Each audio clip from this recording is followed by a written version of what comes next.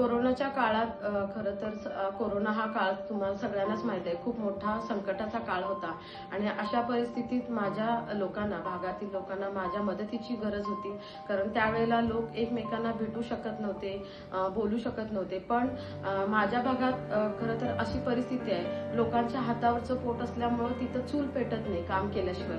आणि अशा वेळेला माझ्या भागातील कोणी उपाशी राहू नये यासाठी मी आणि माझे पती मारुती माने साहेब यांनी आमची टीम घेऊन भागात आम्ही प्रत्येक घरी जाऊन जीवनावश्यक वस्तू त्यांच्यापर्यंत पोहोचवल्या. अगदी काडेपेटीपासून त्यांचा सगळा म्हणजे डाळी धान्य देण्यापासून, त्यांना अंडी दूध देण्यापासून ते सगळ्या गोष्टी म्हणजे औषध, सॅनिटायझर, मास्क इथपर्यंत आम्ही सगळ्या जीवनावश्यक वस्तू त्यांच्यापर्यंत पोहोचवलेल्या आहेत.